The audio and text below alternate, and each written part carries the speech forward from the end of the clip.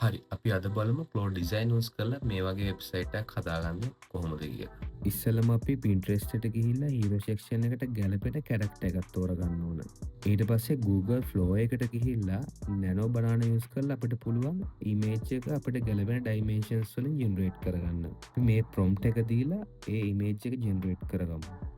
I need to recreate this exact image, place this attach character align to right, so then I can add some text in the middle. මෙන්න මේ වගේ image generation එකක් තමයි අපිට හම්බෙලා තියෙන්නේ. අපි දැන් මේ ඉමේජ් එක යූස් කරලා වීඩියෝ එකක් විදිහට ඇනිමේට් කරගමු අපේ හීරෝ සෙක්ෂන් එකට පාවිච්චි කරන්න.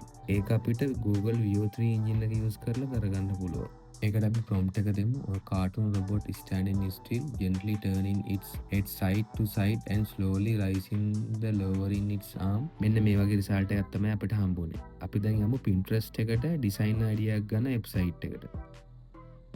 ඒ ගත්ත ඉමේජ් එක අපි ක්ලෝඩ් ඩිසයින් එකට දීලා ඊට පස්සේ prompt එක දෙමු, create me a website just like attach image, please use provided videos for the hero section.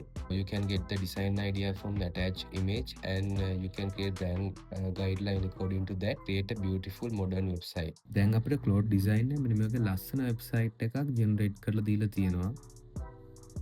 අපි දැන් බලමු මේ ඩිසයින් එක ඩවුන්ලෝඩ් කරගෙන අපේ IDE එකට කනෙක්ට් කරගන්න කොහොමද කියලා. ඊට පස්සේ අපිට පුළුවන් අපේ ඉතුරු ඩෙවලොප්මන්ට් එක අපේ IDE එක හරහා කරගන්න. අපිට මෙතෙන්ට ගිහලා share button එක ක්ලික් කරලා download as zip දෙන්න පුළුවන්. ඊට පස්සේ ඒ zip එක extract කරලා අපිට අවශ්‍ය folder path එකට ගිහින් දාලා ඉවරලා අපිට අවශ්‍ය IDE එක use කරලා ඒ project එක open කරගන්න පුළුවන්. මම මේක use කරන Entry Gravity එක.